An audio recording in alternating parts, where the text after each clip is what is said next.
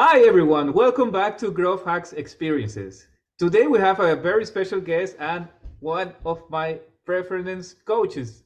And we always have a coach lab together with this special guest. So we're going to tell you a little more about all these segments. But first of all, welcome to everyone. It's great to have you here. Uh, Remember, Growth Hacks Experiences is about sharing knowledge. And if you want to know more about this knowledge, please don't forget to subscribe or share your comments. Now, today we have an amazing coach. I met her in person as well recently in Tallinn, Elisa Tidswell. Elisa, tell me a little bit about the steps that we're going to discuss today. I also have a small surprise for everyone actually watching this. Elisa, just before, let me tell you a little bit about that. Elisa is the founder of Such a Great Girl, is the co-director of Queens of Capital. She has been the director of Run Clever for over more than 11 years. And he's the product owner of the accelerator program and the coaching, the CBC, the certified business coaching of Evercoach and Mindvalley. Elisa, how are you? Welcome. Thank you very much for having me. Yes, it's interesting that you say all of those things because I do have my fingers in lots of pies. But one of the things that I've really learned about if you want to be great at something is that you have to start taking your fingers out of pies and really just master one or two pies. So I'm actually closing my marketing business and consolidating it. So because you said about Run Clever, and I have run marketing agency for nearly 12 years, but I'm now closing it and I'm consolidating it with all of the coaching work that I do and then with the other businesses, I am starting another business as well. So I say one pie and then I am starting another one, but the next move for me is really to step into a CEO role. So that's what I'm focusing on, being a masterful coach, consolidating all of my business and marketing experience into my coaching business as well, and then kind of stepping in more into a CEO role. So thank you for your awesome introduction, but I am trying to take my fingers out of pies. So I'm just letting you know that. Well, as an I can imagine that for all the entrepreneurs out there, we always start with many hats in our heads when we launch our businesses, and this is one of the interesting points that we can also go through this episode, because I believe with all the experiences that you have gone so far, that's valuable knowledge for someone as a business coach or as a coach that is just starting in their process, just discovering what to do. Yeah. It's especially for entrepreneurs, because we're always coming up with ideas and we always want to if you're anything like me, it's like, oh my God, there's a gap in the market there. Oh my God, I would love to do that. And we're always so full of passion and ideas. But really what I have learned is that if you don't really knuckle down and focus on one thing, your energy and your enthusiasm and all of your knowledge actually just begins to get dissipated, and you don't really achieve much. I don't think you are of greater service to the world. But when you have, let's just say you have one singular focus, and most entrepreneurs freak out when I say that, but your one singular focus can be your purpose. But what is your purpose in life? And so for me, for example, I'm very clear on my purpose, and that is to contribute to the material and spiritual progress of humanity. So now what happens for me is, if I have an idea for something, I'll immediately weigh it up in that context. Does this enable me to reach that purpose that I have? Does it contribute to the material spiritual progress of humanity? They normally do. And then what I'll do is weigh it up against my values. Is it meeting all of my values? And if it's not, I just say no. It really has to contribute and add to what I'm doing, not distract me from it. Because, our ego can also distract us a lot. It can put all these ideas in our heads to actually stop us from focusing and mastering something and really kind of going full in on something and achieving a lot. So yes, but a lot of entrepreneurs do really freak out about that. Exactly, exactly. It's because, you know, we can do a lot. We have infinite capability, but we don't have infinite capacity. Like, none of us do. Got limited time, a whole bunch of commitments. I've got kids, little kids. You've got little kids. There's only so much that we can do, and you have to be very discerning about how you spend your time. Exactly.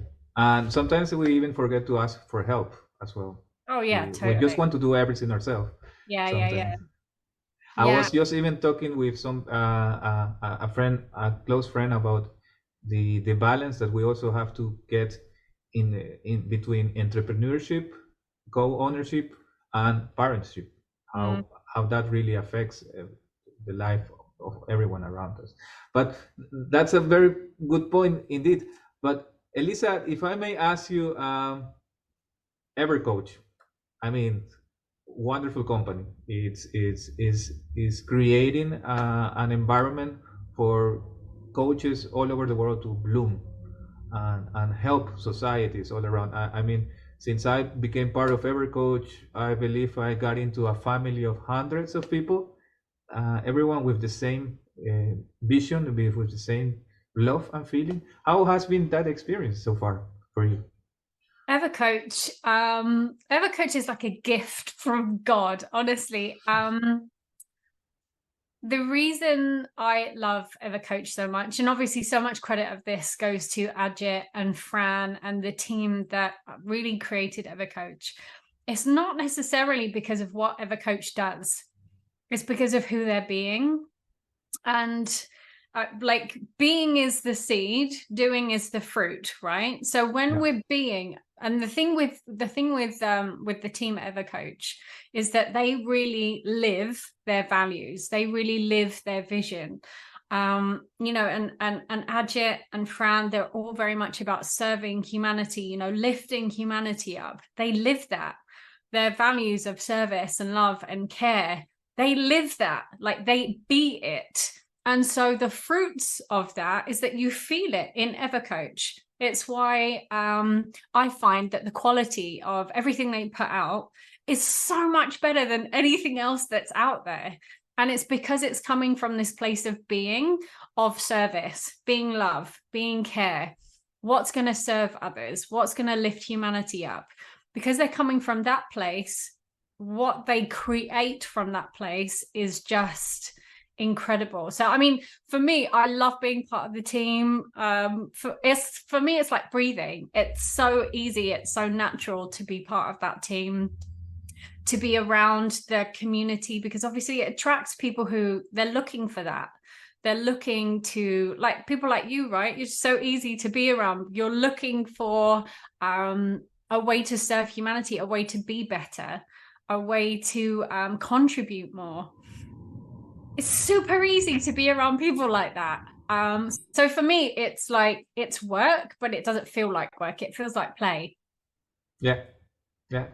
Mm. Indeed, and certainly when you start in the morning and you consider, like, wow, this is what I'm going to do today.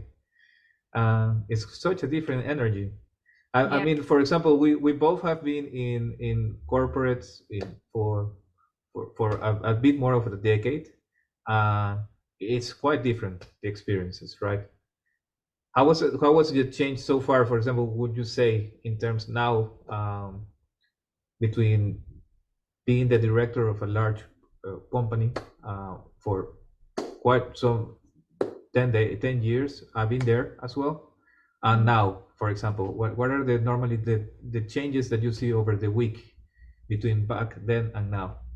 Yeah, so I mean, Brand Clever was never a large company. It was still a small company. The change really is with me. So I'm the one that's changed. When I first started the company, I was very lucky because I pretty much had clients from the get-go.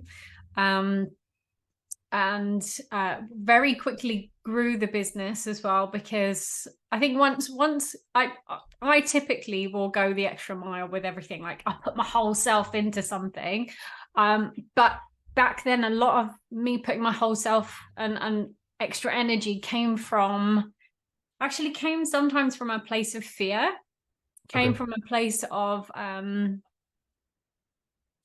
like worry, like if I don't do extra, I could lose this client. If I don't, if I'm not better than everyone else, then they're not going to be pleased. You know, it came from this place sometimes of people pleasing or fear rather than pure service. So I got burnt out.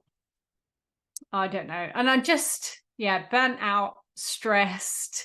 I didn't understand what a boundary was. I would like one client that I had, for example, I think they had like a few invoices that they didn't pay for over a year, and I allowed that to happen. Like now I've never allowed that to happen. Now I'm like, you pay up front, but I do that because it actually serves the client more to pay up front than it did, no one won in this previous kind of dynamic that I created. And I think it's really important that we take ownership of,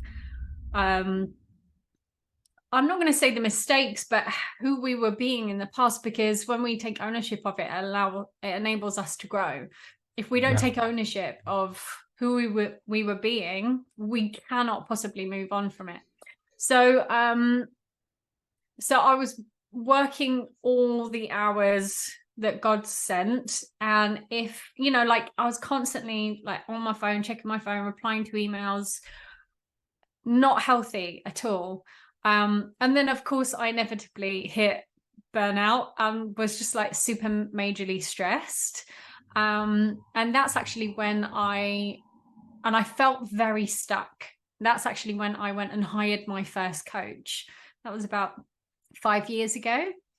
And I hired my coach because I felt very stuck. But of course, I didn't know at that point, or I wasn't particularly aware that it wasn't just I felt stuck at that point in my life. I had a whole ton of stuff behind me, a whole ton of weight from the past that I was dragging along with me into my, into my present reality at that point. So, but of course, like hiring my first coach, that set me off on my coaching journey. After a few sessions, she said to me, like, have you considered doing this kind of work? I think you'd be really good at it. And I didn't even know what coaching was. I was like, I don't know who can help me. I feel really stuck. And so I just at the time Googled like life coach, because I had no idea. I didn't even really know that there were business coaches.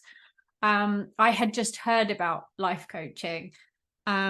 And it didn't occur to me at the time that I should go and see a psychologist or something, for example. I was like, I feel like I need, anyway. But that was fortune, I think, smiling on me, that I went and saw a coach. And that really changed the whole trajectory of my life. And I think very quickly, as soon as she said that, I was just immediately attracted to coaching. I loved what she had been able to do for me. I mean, literally like life-changing. And that's when I found Evercoach. Back then looked very different. There were no certifications at Evercoach, but they did have a membership that you could join and begin learning from the masters in coaching. And that's what I did. I would spend 2-3 hours every single day learning. And then that's when I started to bring coaching into my work and just but once you're on a journey of conscious personal development, it doesn't stop. Like, you're always on it. Why would you not want to always be on it? Because you're on a path of continually getting better and continually improving. So it's like, why would you not want to get on that train? It's an awesome train to be on. You're wonderful. The first time that if you asked me 10 years ago, I believe a few persons in my life asked me, like, do you have a coach? Do you have a mentor? My response, the friendly response, was always that I never had a boss. I always had a mentor. I had the luck to have some great people mentor me since my first job. most of them, they always told me like, okay, it seems that you need to go to the next phase of your life because, or it was not enough for me, or I was looking for something different. But I never had a coach in reality. And the first person that actually I heard from the word from coach was when Simon Sinek was saying about we should give up managers and we should have coaches instead. Right. And that's when it hit me, start hitting that in reality, yes. I even said it in an ebook that I just wrote. I think that the manager is done. We should have coaches, managers nowadays in companies as well. So if I would ask you in terms of, let's say, for example, now people that you are going to coach with, and for all coaches out there or fellow coaches in Evercoach, what would you consider that are the very important key points in terms of how to develop their career as coaches? Yeah, so there's a few things. The first thing is just take action. Like the absolute worst thing that you can do is intellectualize all of the ideas that you have in your head and never test them out. And a lot of people get stuck there. They just, oh, like I would like to do this, and I feel like I would like to do this. And then you ask them, like, have you tried it? Have you pitched to that person? Have you tried coaching someone like that? And they say no. That's what you have to do. And it's going to feel like, it might feel scary, but like you have to be willing to just try stuff out, not like it, fall flat on your face. Like if that, like, that's where you're going to learn the most, you know. And in fact, I feel like for me, for at the moment, I feel like I'm trying something a little bit new out. And I have to be willing to fall flat on my face with it. Have to be willing to put out content that's going to suck a bit.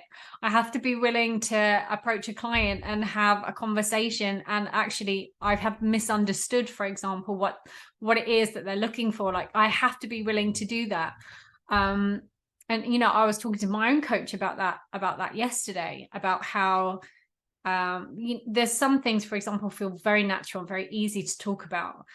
And then other things I don't. Like I'm still learning and I'm clunky when I come to talk about it and I can't get the words out of my mouth properly.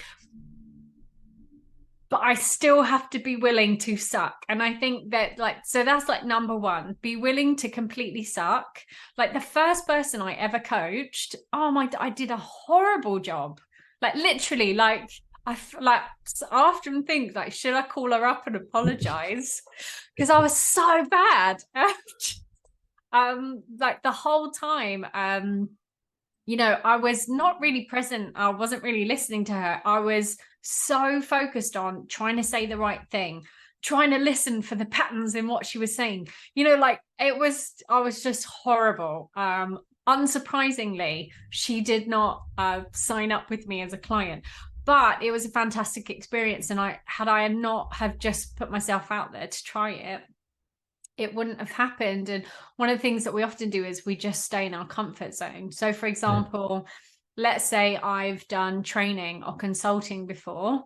What will probably happen is, like, your first few coaching conversations will actually turn into training and consulting conversations, because you'll naturally default back to what feels safe. But yeah, you've like, that's the main key thing. Just throw yourself out there and be willing to suck and fail. But know that, like, that's all good. And most of the time, you know, because we worry about what will people think. We over worry about this. People don't think. Like, they just don't think. If you put some rubbish out, fine. People aren't really going to judge you for it. And if they do, whatever. Most of the time people forget, or they don't even see it anyway. So that's the first thing. The second thing that I would say is get clear on what it is that you want to create. So what's your vision? What's your purpose? The more clear you are on that, the easier it is to be discerning about who you want to serve, how you want to show up, what kind of coach you want to be, what kind of coaching you want to do. So get clear on those things. When you're not clear on those things, again, experimentation, throwing yourself out there, getting into action is really going to help, and it will help you get clarity on those things. In the absence of clarity, always take action. And then the third thing that I would say is just be clear on who you are. I would definitely say have a coach. It always surprises me when I meet coaches that don't have coaches, and they're like, but I don't need a coach because I am a coach. And I'm like, no, that's that's like the exact reason. It's like, take a stand for what it is that you're that you're selling. Like, take a stand for what it is that you're putting out there and you're promoting in the world. And the biggest gains that I've ever made personally and professionally is when I have a great coach. Yeah. And I mean a one-to-one coach, not in a group or anything, but a one-to-one coach. And for example, I have a coach and he's a great business coach, but I don't even use him for that. I'll go to him because I know that I want someone to unlock my own inner wisdom. And, so for example, a couple of sessions ago, we were talking about resentment that I was holding towards someone. And I want to get rid of that resentment because I know that resentment is holding me back from personal success, from professional success, not strategy. Strategy is like, hire a business consultant for strategy, like anyone who's done CBC, hire you. But strategy is like the cherry. Coaching is the cake, right? You want to have someone who can coach you up on you, who you are being, how you're showing up in the world, how you're thinking, what's getting in the way for you. When you work on you as like you're the cake, and you add the strategy cherry on top, then you have the full package. But most people, they focus so much on, but I need to get the right strategy. They focus on the cherry and they're completely ignoring the fact that they hold all of they're the key. They're the key to their success. Yeah. You made me realize very important. Well, before I mention you that, let me tell you a little story. My first experience with a coach, now that I realize it, was with a person that came as a mentor to a company that we launched in 2015. I was the CEO and I was not ready for this kind of company, this level of companies. We went from being a small office to be a multi-million-dollar company, and I had to run 60 people around me on this company. It was a museum, it was an attraction. And when he came, the first thing that he realized was that I was working like 14 hours a day, 14, 15 hours a day, but literally I was just going to sleep at home like 2-3 hours and then coming back to the office. I couldn't let go. So the first thing that he did was, I remember even I think it was a Thursday or a Friday. He said like, Juan, it's 5 o'clock, go home. I was like, what are you talking about? Ellie, if you're there, thank you. He said like, Juan, go home. You need to go now. And I was like, no, I cannot go. Like, there's so many things that actually can go wrong. It doesn't matter. If this burns out, it will burn out. Don't worry. Go home. And that was the first time he sent me to sleep after months of killing myself. And when I think about what you reflecting on what we just spoke and what happened to me was that for the first months after that, he took a part of a consultant to the company. So he started making systems around the company about what we were doing. And he gave me the space to come back to who I normally was, the energy that I needed, the mindset that I needed. So we worked together for a year. And after the year, one day he said like, okay, Juan, you're ready. Take over everything. For a long time, I always saw him as a competition. I didn't saw him too much as a coach. Right. But now that I realize, we were just reflecting this. Wow, in reality, it's all about perspective. He Yeah, helped me a lot, yeah, and he was a coach for me. yeah, He was yeah. a coach, even me realizing he was a coach. Yeah, yeah. Well, like you said, thank you. Because well, like you can get in touch with him afterwards. But like, yeah, we don't realize this stuff. And like your story of believing that you had to be there, otherwise everything was going to fall apart is so common amongst CEOs and when you're growing a business. And like that's exactly what I thought. Um and it's funny because even like you take a holiday and things don't fall apart and you can catch up with them afterwards. And then you wonder, what the hell was I spending all of my time really doing? Um, and often it's just, coming from a place of fear. And I have to say, and I say this a lot, but I have to say this, I think this is what Evercoach are really, really good at. Hiring a great team and then giving people autonomy like straight away. And you have to do that like it's like raising a child in a way, and then you're like, right, you can ride your bike by yourself now, and they're like, what, because they're so used to stabilizers, but it's like, no, like you can do it. And then you just let them get on with it. And and I think that's a really great lesson for CEOs who are working all hours of the day, that you don't need to be there, and that it does come from a place of fear. And ultimately, what is it that everyone wants? And that is freedom. Like we create these things to create a sense of freedom, and they often become we enslave ourselves to them. So it's tapping, and it sounds like this is what this guy came along and did. He gave you your freedom back. Yeah, yeah, yeah.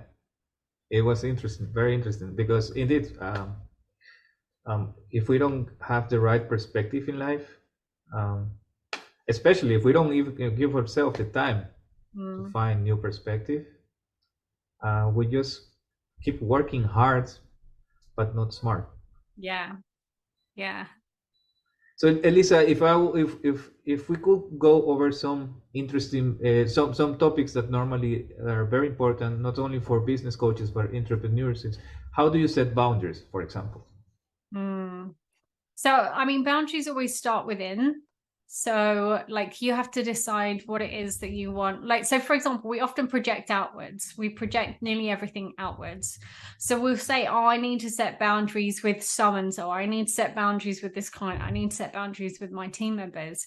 And it's like, no, that's not where you start. First of all, you set boundaries within yourself. What isn't okay for you? How do you want your life to look like? How do you want to show up? Often we cross our own boundaries all of the time, and then we go blame other people, and we get angry and resentful towards others. Be clear on your own boundaries first, and really that is as simple as what isn't okay for me, within the context of the life that I want to create, within the context of who it is that I want to be and how I want to show up in the world. And I know that might sound weird to people, like, what do you mean, who do I want to be? What do you mean, like, how do I want to live my life? And it sounds weird because we're not taught to give thought and time and attention to these big, important questions in life. Who do I want to be in life? How do I want to show up? What do I really want to create? What do I want to get from my life? What do I want my life to look like? We don't spend the time to think about that. So first of all, spend the time to think about that. And then really your boundaries become clear from that. And then you can, and it's not even, oh, then I have to create the boundaries. They just become clear because you're clear on who you are and how you want to show up, on what you want to create. The boundaries are clear from that point onwards. Then it may be a case of communicating that with others lovingly and compassionately, but the boundaries are clear. So yeah, that's what I would say. Start within with the big questions, and you'll know what your boundaries are. Super. So understand clarity, and then the boundaries come organically. Yeah. So that will take me to, for example, the next step of, instead of how do you set habits in your life? Habits. Again, I'm going to say it does come back to who do you want to be? How do you want to show up? One Wow. of the things that's really important is to become aware of, we can reverse engineer these things. So for example, if we're not currently getting the results in life that we want, so let's say you're a CEO, you're working all hours of the day, you're burned out, like you're not getting enough sleep, you start with that. Is this the result that I want in my life as a CEO? And if it's not, then think about, what do you want? What's ideal for you? Getting 8 hours sleep a day, for example. And it might feel and sound impossible to begin with, right? But that's cool. That's where we start. I want to have 8 hours sleep. I want to go to the gym every morning. I want to drop my kids off at school and pick them up. Like get clear on what it is that you want to create. And then reverse engineer. Okay, well, who do I need to be in order to make that happen? And that's when that's when things like, okay, well, I need to bring more systems into my business to enable this to happen. I need to relinquish this fearful control that I have and delegate more and give autonomy to my team members. Or maybe I need to bring someone else on. Like when we begin to ask the big questions, Yeah. we always start with putting the big rocks into the bowl first, then we fill up the little rocks.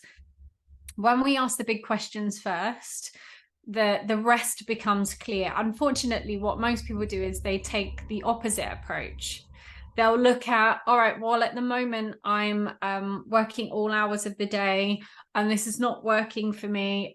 Maybe like they'll say, oh, there must be something wrong with me, or it's other people's fault, and then they'll go get angry at their team members, or they'll get angry at their partner, and then they're mad at their kids. So the projection goes outwards. But the most important thing is start off with you. What is it that you want to create? And then you just reverse engineer the solution from there.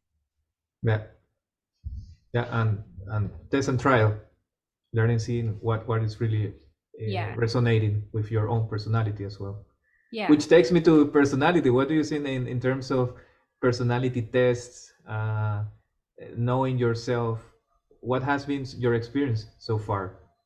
So I have a contrarian view on personality tests. I think personality tests can be useful from the point of view of maybe developing initial self-understanding, self-awareness.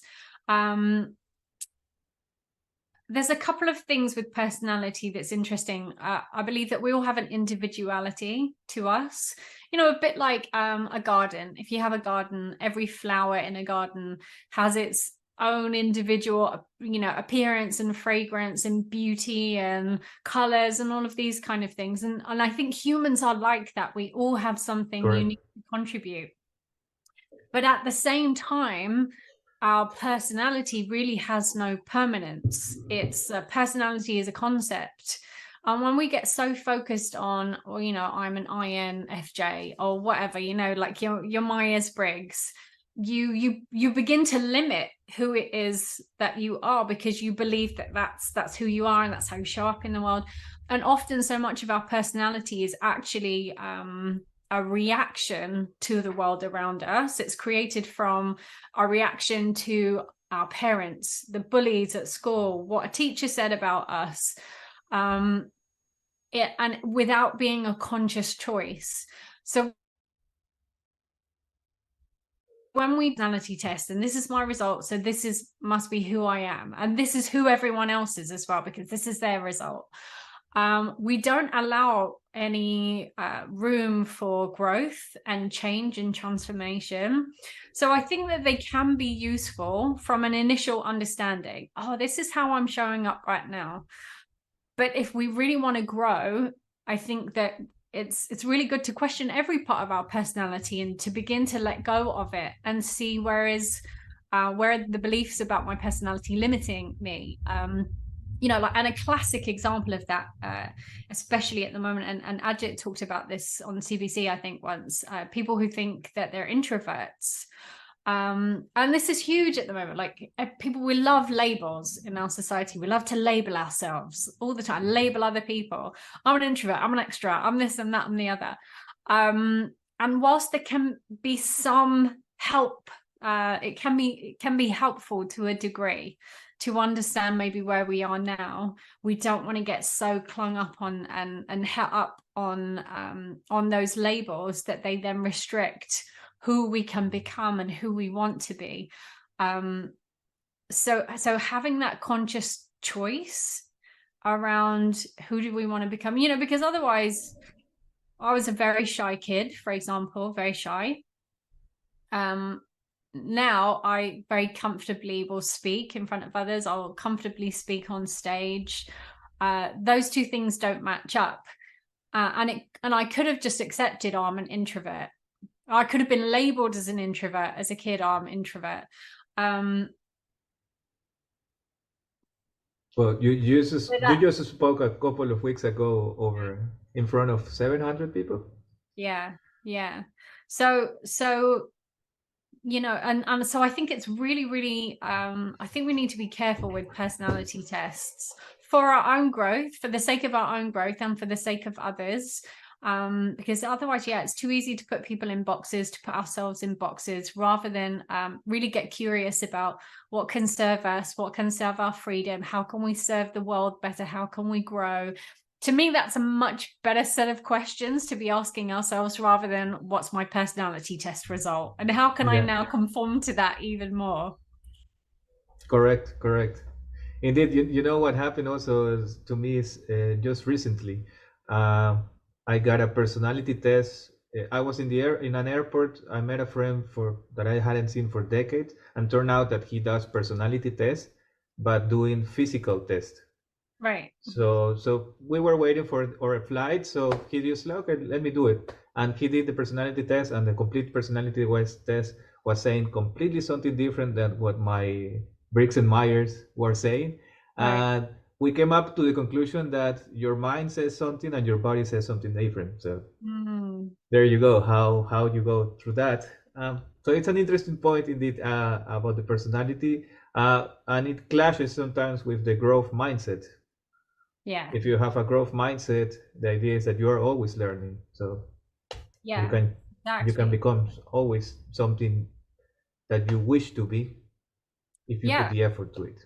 Yeah, this is a much better, more fruitful question to ask. Who do I want to be? How do I want to show up? What are the results that I want to create, you know? And then we can figure out who we need to be. One of my values is fun. So for example, I ask myself, like, how can I make this fun every time? And it expects it for fun.